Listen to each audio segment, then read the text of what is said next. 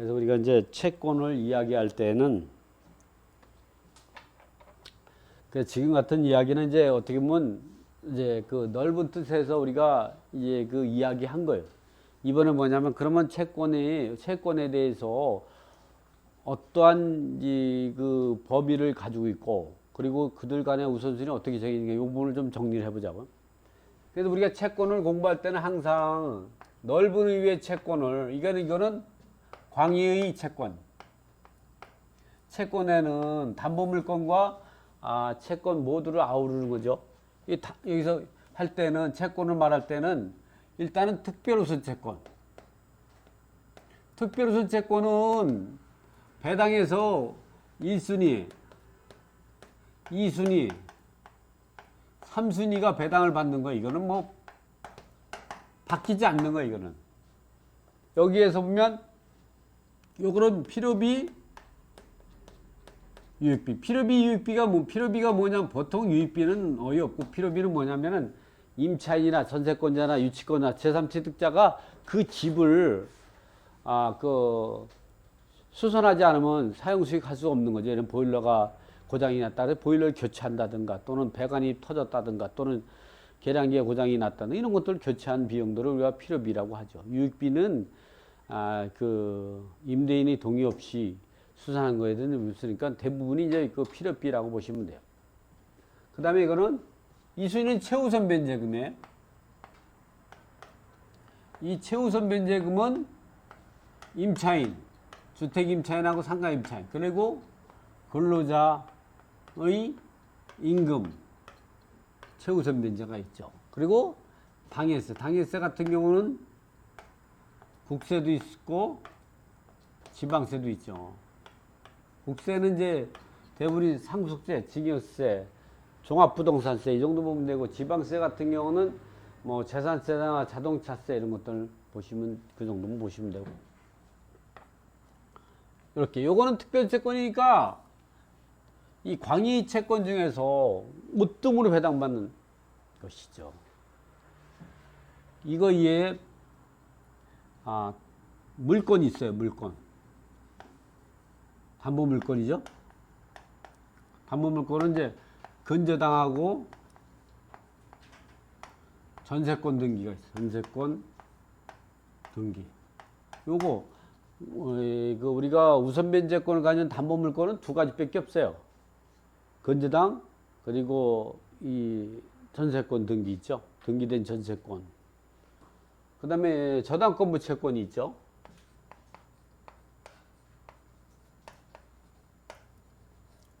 이 저당권부 채권은 담보가등기.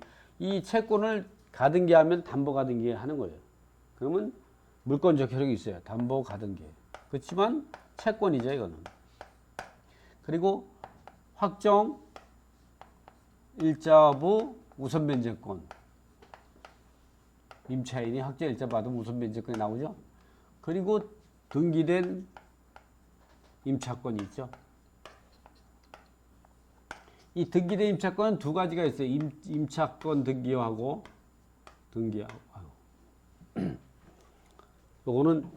요거는 임차권 등기. 이 임차권 등기는 주택임대차법, 상가임대차보호법에 의해서 임차권 등기 명령에 의해서 임차권 등기를 부동산 소지지 관할 법원에 촉탁으로 등기하는 거죠. 이럴 때는 임대인이 동의 없이 할 수 있는데 임대차 계약 기간이 만료돼야 할 수 있어요.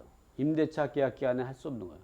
또는 계약 해지 사유가 발생했을 때, 계약 해지 사유라는 거는 집주인이 소유자가 바뀌면 계약 해지할 수 있어요. 아파트가 내가 살고 있는데 임대인이 내가 임차인인데 내 동의 없이 다른 사람이 팔았어. 그럼 난 계약을 해지할 수 있어요.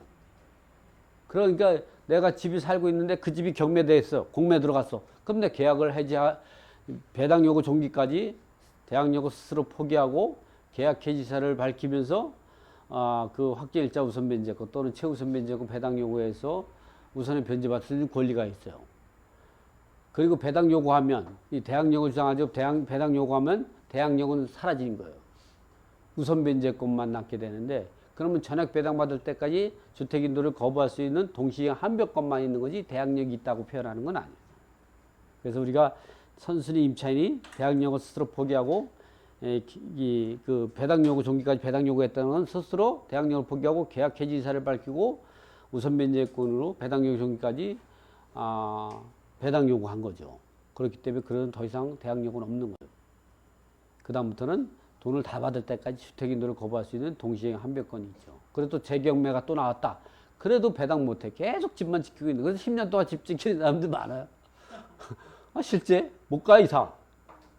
저 송파의 가락동에 가보면 그 위산 두부인가요? 거기도 그렇고 여기야 사당동에 가도 그 다가구주택인데 10년 동안 못 가요. 경매가 3번 들어갔는데 계속 대항력 먼저 배당. 낙찰자가 또 경매하고 또 경매당하고 그러니까 이를 어째. 이런 거예요. 이게 임차권 등기가 그래요. 이거는 임대차 계약기간이 지나거나 계약 해지 사유가 발생해야 돼. 그 임대인 동의 없이 할 수 있는 거예요. 근데 임대차 등기는 이름만 바뀌지만 요거는 민법 제 621조예요. 요거는 전세권 등기처럼 임대차 계약 기간 내에만 할 수 있어요. 임대인이 동의를 얻어가지고. 그러니까 결국 입주하기 전에 하죠. 근데 이 임대차 등기를 하는 거랑 전세권 등기는 전세권 등기 시점으로 대항력과 우선면이 생기는데 임차권 등기는 그 전에 전입신고 확정일자가 졌다면 그거로 소급해서 한다는 게 여러분에서 전세권 등기보다는 이게 중요해요. 그래서 여러분은 꼭 이걸 알고 있어야 돼요. 살다 보면 계약 기간 내에 이사를 가게 되잖아요. 그럼 이거 못해요. 이거는 할 수 있어요. 이걸 하면 최초에 내가 전입신고한 날로 소급해서 그래요. 근데 전세권 등기를 하잖아요. 그러면 앞에 1년, 2년 전에 했던 건 다 소멸되는 거예요. 서울시에 지금 고위직 공무원이 있는 사람, 행정고시 패스해서 있는 고위직 공무원 나이가 한 50대 중반 된 사람도 전세보증금 2억에 전세 살고 있다가 계약 기간에 이사 가려고 이걸 했더니 기각된 거예요. 근데 이거를 몰라가지고 전세권 등기를 했거든요. 그러니까 앞에 있는 선수들이 다 해가지고 경매당해가지고 전세보증금을 1억 8천을 뜯겼어. 2억 중에. 그래서 나한테 문의가 왔어요. 이게 배당이 제대로 된 거냐고. 이걸 했어야지 했더니 행정고시에는 이 민법이 없대요. 몰랐대 이게 있는지를. 이건 알아도. 여러분 이거 꼭 알고 있어야 돼요. 이거를 알고 있어서 여러분만 알면 되고 여러분 자손한테도 알려주고 죽어야 돼. 에? 이거 모르신 분 많더라고. 자, 이 얘기가 있고 이 얘기를 왜 하냐? 요 5가지가 있잖아요. 여기 하나, 둘, 여기 셋, 넷, 5가지가 뭐냐? 소액 임차인을 결정하는 기준. 소액 임차인 결정 기준이요. 요거 설정 당시에 예측할 수 있었던 소액 보증금 중 일정이 돼야만이 임차인이 최우선 변제금을 받을 수 있는 거예요. 주택가액의 2분의 1 범위 내, 상가 건물가액의 2분의 1 범위 내에서.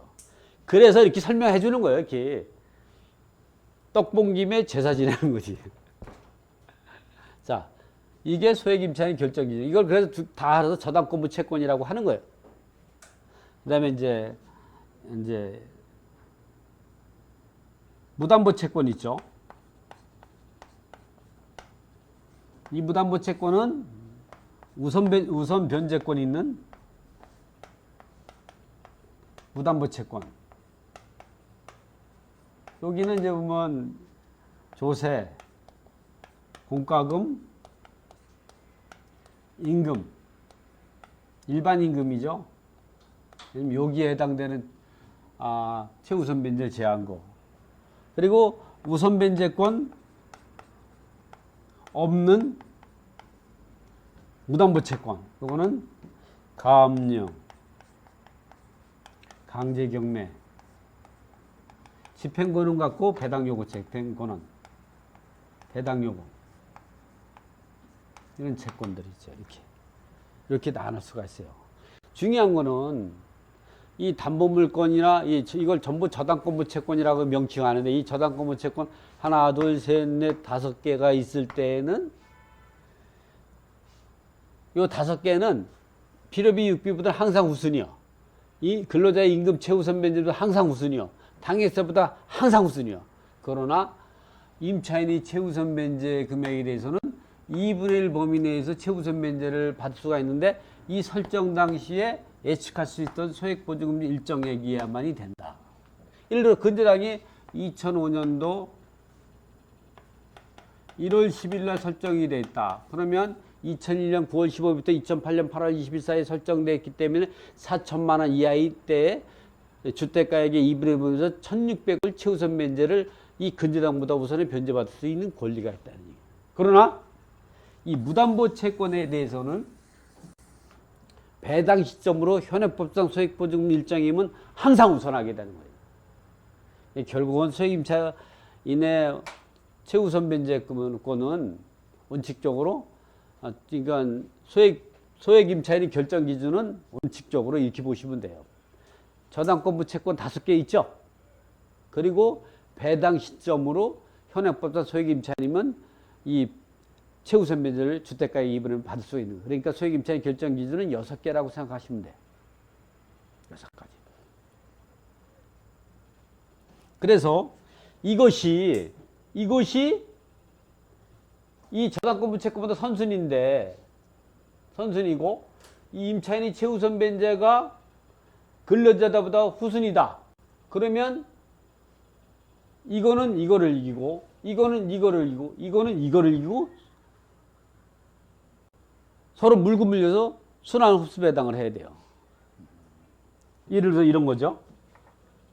예를 들어서 이 조세 채권이 이제 세금이 법정기일이 5월 10일, 근저당은 6월 10일 날 설정이 됐고, 임차인이 최우선 변제건 여기에 해당돼서는 최우선 변제가 안 돼. 그러나 배당 시점으로 최우선 변제된다면 이거는 이거를 이기고, 이거는 이거를 이기고 이렇게 되죠. 요거는 이걸 이기고, 요건 요걸 이기고 이렇게 된다는 거예요.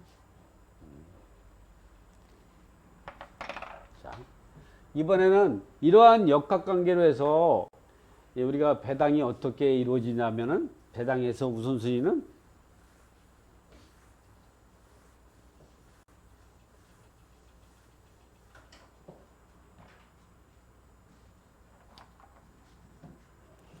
이걸 얘기하면서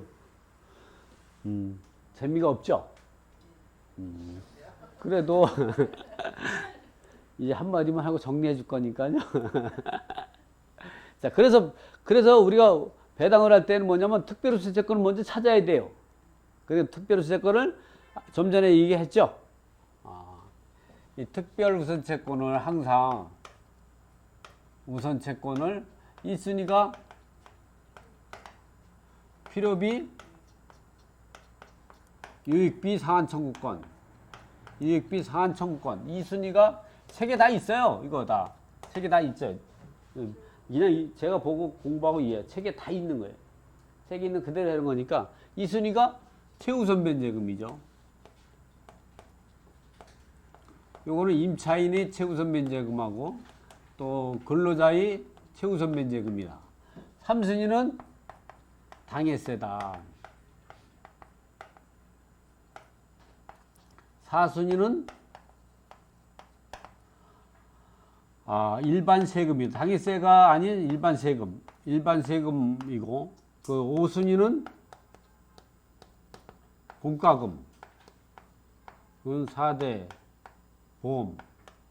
보험과 우선 변제권이 있는 고용하고 장애 특례법 또는 고용 특례법에 의해서 우선 변제권이 공과금도 있어요. 이런 부분들이 저기 하고, 요도 6순위는 좀 전에 얘기했던 5가지 저당권 무채권. 이 소액임차인이 결정하는 기준이라 했죠. 근저당, 담보가등기, 전세권, 확정일자, 등기된 임차권. 요게 이 6번보다 요거는 4순위는 6번보다 법정 길이 빠르거나 같을 때, 요거는 6번보다 납부기한이요, 공급. 납부기한이 빠르거나 같을 때. 그다음에 7순위는 일반 임금. 8순위는 일반 세금인데 법정 기일이 늦은 경우죠. 뭐보다? 6번보다. 9순위는 공과금인데 납부기한이 6번보다 늦은 경우. 10순위는 일반 채권. 이런 순서로 이 배당이 이루어지는 거, 지금처럼. 그래서 이 책은 뭐 책에 다 있는 건, 책에 있는 거니 책을 보시면 돼요. 이렇게 순서가. 그래서 여러분이 이제 권리 분석할 때 마지막으로 정리해줄 때는 어떻게 해야 되냐. 항상 권리 분석할 때는 여러분이 법정지상권, 성립요건 이런 건 공부했죠? 권리 분석도 권리 분석 요령이 있는 거예요.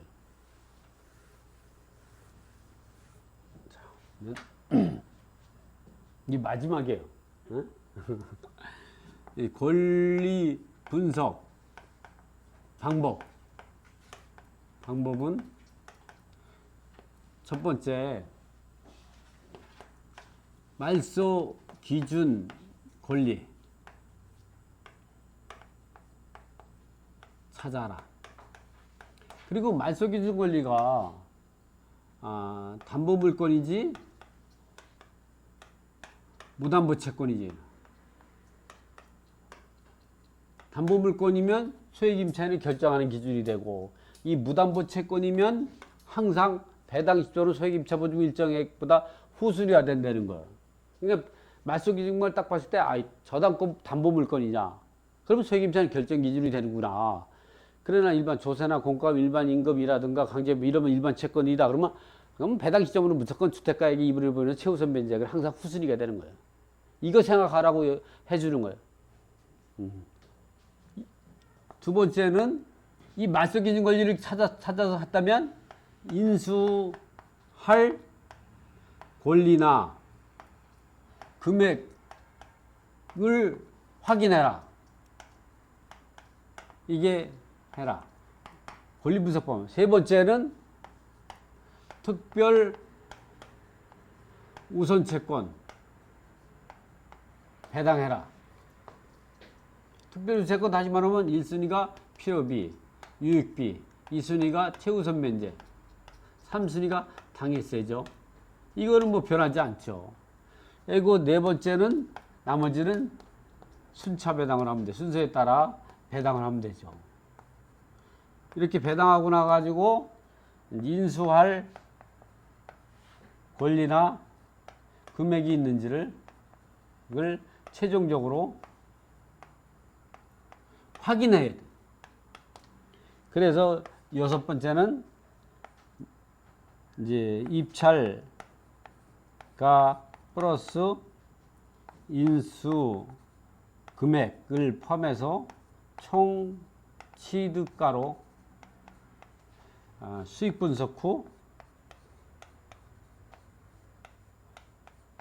입찰에 참여해야 된다. 이런 방법으로 우리가 권리 분석을 꼭 해야 된다. 이 정도는 우리가 항상, 요거는 간단한 거니까 머릿속에 놓고 항상 외워야 돼. 요거 외우기 힘들다. 그러면 썸머리 해놓고. 왜냐면 권리 분석할 때 이걸 이 머릿속에 넣지 않고 권리 분석을 하면 자꾸 빠뜨려 하나씩. 왜? 사람은 이 망각하게 돼 있죠? 여러분은 그렇게 머리가 좋지는 않잖아요. 큰일 날 얘기인데. 그러니까 항상 요게 굉장히 좋아요. 이게 이 특별우선채권도 아예 이렇게 1, 2, 3 써놓고 여기 해놓고 다이렉트 하나씩 들고 다녀. 물건이 있으면 거기다 놓고 분석하는 거야. 그렇게 하면 권리 분석은 끝이 나는 거죠.